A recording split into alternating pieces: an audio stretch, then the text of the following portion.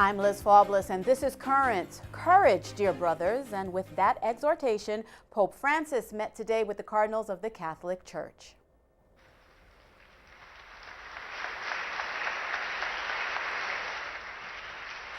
The Holy Father received a standing ovation as he entered the hall where the entire College of Cardinals had gathered. Francis said to them, "Probably half of us are in our old age. Like good wine that improves with age, let us give the youth the wisdom of our lives." The dean of the college, Cardinal Angelo Sodano, thanked the pontiff on behalf of everyone, pledging to be at the full disposal of the Holy Father as he seeks to rebuild the church. Well, when the cardinal finished his remarks, the Holy Father went to greet him, but misjudged a step. And for a brief moment, as you might imagine, hearts quickened. But without hesitation, Francis regained his footing and firmly embraced Cardinal Sodano. Later, Pope Francis thanked all for their support and said, "With this truthful gratitude, I impart with all my heart an apostolic blessing and extend it to all of your collaborators and the people trusted with pastoral work."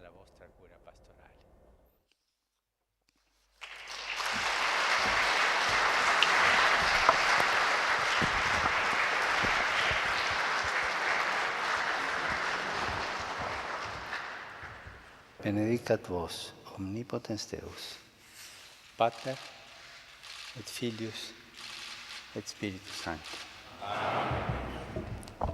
And after his blessing, each cardinal individually congratulated the Pope on his election. The Holy Father had one more bit of business to attend to. Now, although he has the keys to the kingdom as promised by Christ to St. Peter, he still needed the keys to his apartment and office.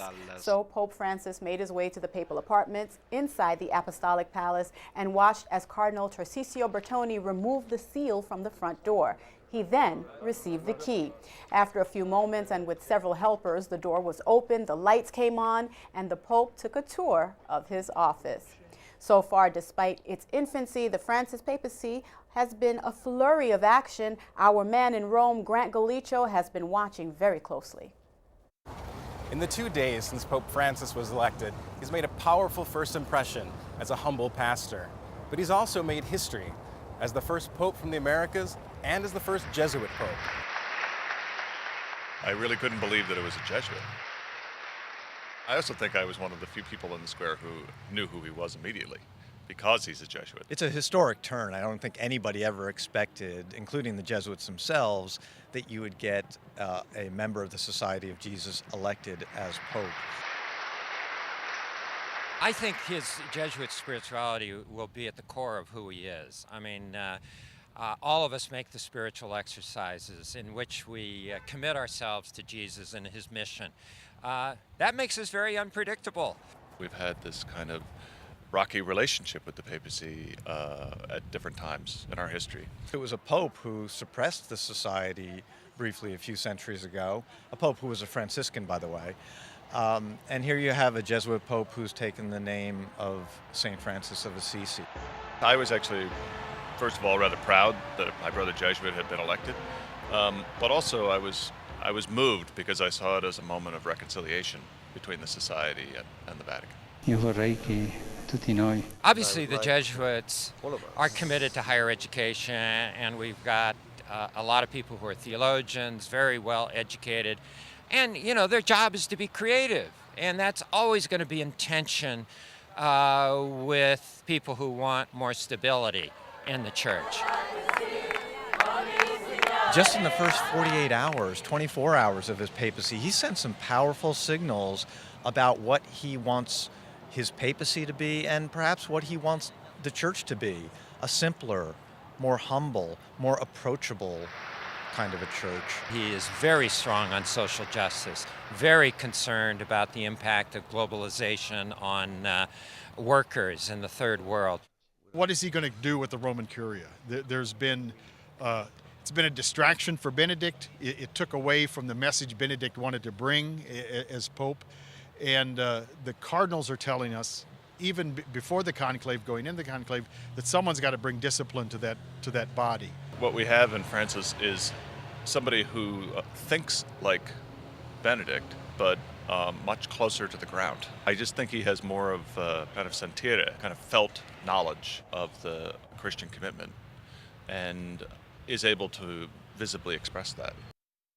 Holy Father will have another opportunity to express himself tomorrow when he meets with the news media. On Sunday, he will give his first public blessing, and next Tuesday will be the official papal installation Mass. Current special coverage of the Mass begins at 10 a.m.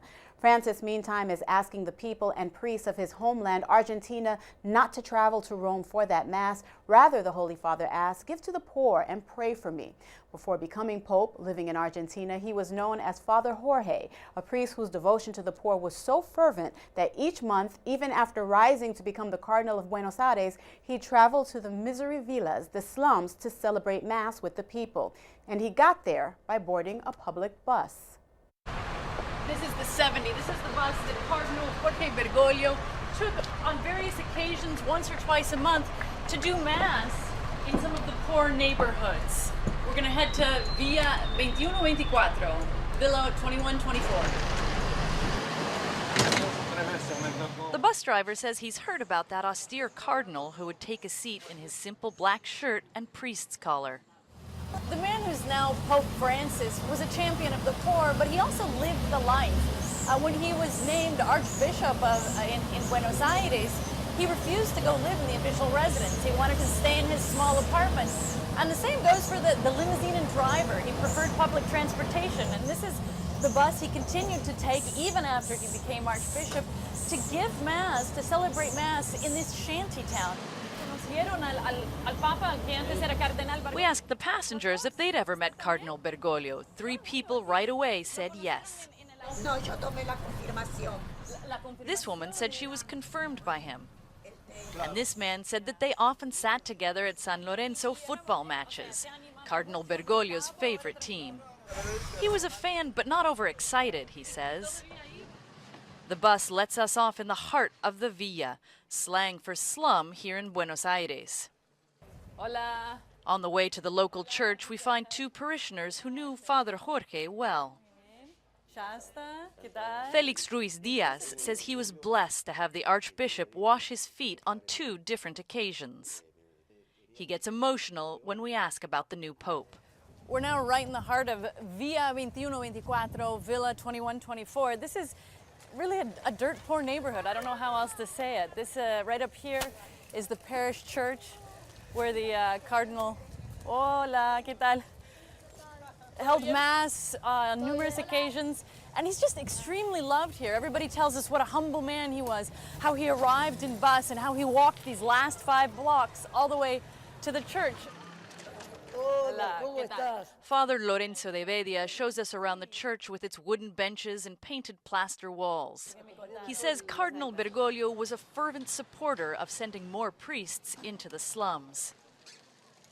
Here, people take personal pride in the new Pope Francis, but they still hope to see him one day stroll up the dusty street from the number 70 bus stop. Shasta Darlington, CNN, Buenos Aires. And coming up next, Brooklyn says goodbye to Bishop Iggy.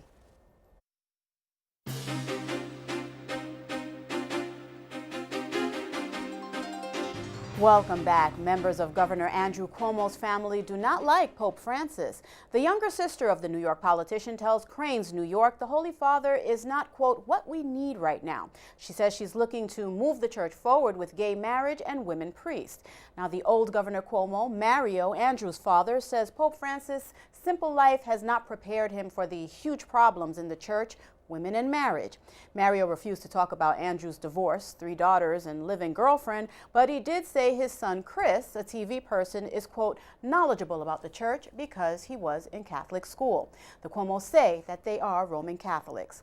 Meantime, some atheists also don't like Pope Francis, and for many of the same reasons as the Cuomos. A group in Washington says the Pope's stands on abortion, women priests, and homosexual unions are, quote, unacceptable policies of the past. Well, in the present, George Weigel is considered a top expert on church teachings and the papacy. His latest book is titled Evangelical Catholicism. Before Wednesday's selection of Pope Francis, Weigel discussed his experiences in Argentina and with a cardinal named Bergoglio. Interestingly enough, I was test running certain ideas from the book Evangelical Catholicism in Argentina. Last May of 2012. And I found great interest in this. The serious churchmen I met with in Argentina, including the man who was the runner-up in the conclave of 2005, Cardinal Bergoglio of Buenos Aires, wonderful man, understand that the only future for Catholicism, which is now getting hammered from two sides, Pentecostalism, which has a great emotional appeal in Latin America, and secularism, transmitted by a globalized mass culture, mass media culture that's pretty destructive of traditional biblical faith and values, that the only future for the church in Latin America is to stop being a church of cultural habit and to becoming a church of evangelical mission. The secularism in America produces the daily destruction of the most innocent among us, the unborn. We've been reporting on Andrew Cuomo's relentless drive to increase the number of killings by making unrestricted abortion the new law in New York. Next Tuesday, the bishops of the state, led by Brooklyn's Bishop Nicholas DiMarcio, will meet with Cuomo to urge him to save lives and drop his abortion law. The meeting in Albany will also cover funding for education, housing, and the poor. Earlier today, Bishop DiMarzio was the principal celebrant at the Mass of Christian Burial for Bishop Iggy, Brooklyn's beloved Bishop Ignatius Catanello. Bishop Catanello was a man of tremendous faith. He lived that faith day in and day out in his priesthood and in his episcopacy. Today we've come for the funeral of Bishop Ignatius Catanello. We're here today with all the priests of the diocese, deacons, Knights and Ladies of the Holy Sepulchre. Cardinal Legal has graced us with his presence. He'll do the final commendation. So we're happy that he has gone to God after a long period of suffering. I remember him as a wonderful priest, first and foremost. He and I were stationed together in my first assignment in St. Helens in Howard Beach. Providentially, we were named and ordained bishops on the same day, and in every way, he loved people, people loved him. He was a very simple man, and I knew him also as a teacher. He loved to teach, and he taught, but he taught especially by his example. Bishop Iggy was one who in all of our lives revealed the blessings, the joys, the happiness of life, which on this journey God wants us to have. By his example, by his counsel, by his teaching, by his giving of himself to us in so many different ways. He was truly a very charitable man, a very pastoral man, and a man who very much put people first. So for myself, growing up, first as a seminarian and then as a priest, he was one of my role models, and so I'll always be grateful to him. I think Bishop Catanello was a brother, an example of what it means to be a priest, a humble priest, a priest dedicated to the people of God. Even in his suffering at the end of his life, he offered that to the suffering of Jesus on the cross, and it was redemptive suffering for him and for all of us. He was such a very warm person and a very outgoing person. Very much loved the people. I remember that he was a very humble man, very easy to work with, easy to be with, great sense of humor, somebody that you just enjoyed being with. He was a very friendly, honest, holy man, very trustworthy, and loved by everyone. He was just a selfless man. He really was. He was truly a great man. He just makes you feel very comforted. I'm going to miss him terribly.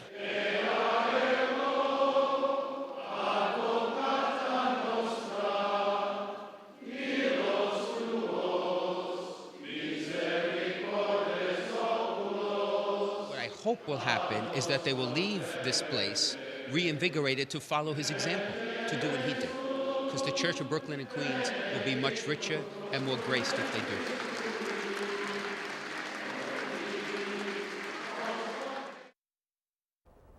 And another beloved figure of our Diocese of Brooklyn and Queens has passed away. Since 1958, Jack Curran was the basketball and the baseball coach at Archbishop Molloy High School in Queens.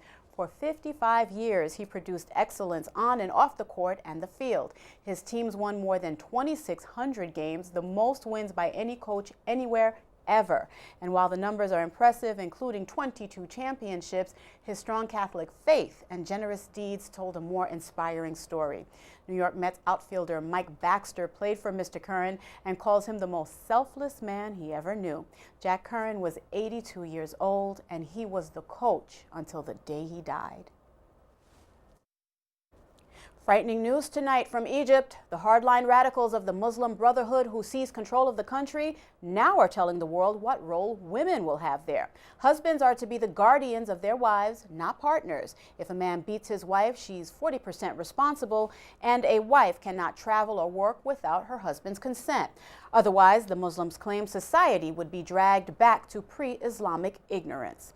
Controversy tonight in New York over a new rule regarding domestic violence. Now the cops will run criminal checks on abuse victims, and they will be subject to arrest based on what turns up. Now, critics claim the policy will keep the victims from going to police. Meantime, the women and men of the NYPD do protect us whenever we turn to them. They also pray with us when we all turn to the holy name of our Lord. Now, our Antonina Zelinska tells us how they celebrated what Bishop DiMarzio calls a wonderful day. New York City police officers who are in the Holy Name Society gathered in Our Lady of Lourdes Church in Queens Village for their annual communion mass. Brooklyn and Queens has celebrated this together for 94 years in the Diocese of Brooklyn, so it's a real great event. There's usually over 1,000 officers here, so it is a wonderful day in the diocese. After police officers from throughout the diocese partook in the sacrifice of the Eucharist together, they processed the streets of Queens Village in a camaraderie of faith. Their destination was Anton's restaurant for prayer, breakfast, and an award ceremony. This morning we honor the memory of Detective Peter Fagowski, who was killed in the line of duty, and his family is with us today, and they're going to be honored by receiving a plaque in his memory. Among the other officers who were honored at the breakfast was Assistant Chief Thomas M. Chan. As a Christian and as a person, the organization reaches out and brings us closer to God, and also it reminds us that we are here not only as servants of God, but also servants of the people of the city. Police do want chaplaincy services, and they serve us. They serve us by protecting the city and by helping people. It's one of the main things they do. It's not just protection, but it's help. We're able to help them in their spiritual needs. NYPD Chief Joseph Esposito said the Holy Name Society is a way to help officers create a bridge between their faith and profession. We have a recognition that God is a big part of our lives, and the Holy Name, the Catholic Church, is a big part of our lives and our vocation. The collaboration between the New York City Police Department and the Catholic Church is an ongoing process. For the officers, we encourage them to practice their faith, attend Mass, and receive the sacraments. And then we offer them scholarships to Catholic High School for their children. We have an annual retreat, and as you see today, our annual communion breakfast and Mass. And also we have chaplains assigned to the police department from the Diocese of Brooklyn and also the Archdiocese of New York. You know, police officers need God too, because they realize that their lives are in danger. They go to work, they kiss their family goodbye, and they don't know if they're going to come home that night. And so they want to have somebody there working with them. They want somebody to be another partner, a spiritual partner. They have a partner that's a police officer to be with them, but they need a spiritual partner, and I think that's God. 26 officers were honored at the ceremony, and 3 children were given scholarships towards a Catholic high school education. Reporting for Current, this is Antonina Zelinska. Up next, our bishop into the deep and our pope in motion as Currents continues.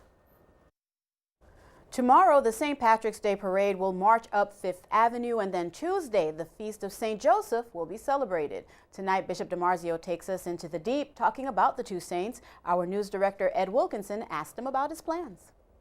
Bishop, good to see you. Oh, good to be here.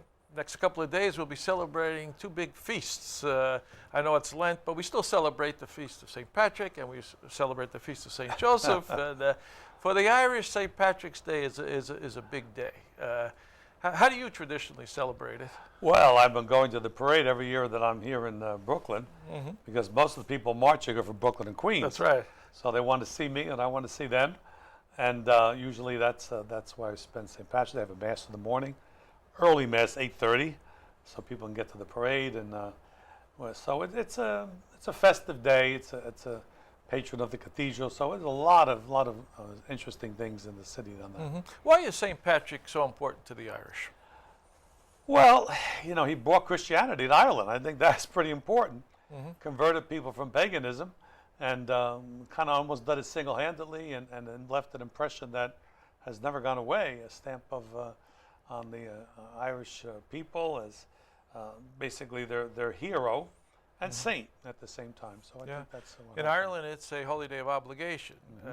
What can we do here in America? I mean, it is a big, it's almost like a holiday. What can we do to make it more of a holy day? Well, it is. I think, again, the parade, all have masses. We have parades here in Rockaway and right here in the Heights. And, they all begin with mass. I mean, they see that as a celebration. And the parade, again, is a little bit more of an expression of faith moving out into the city.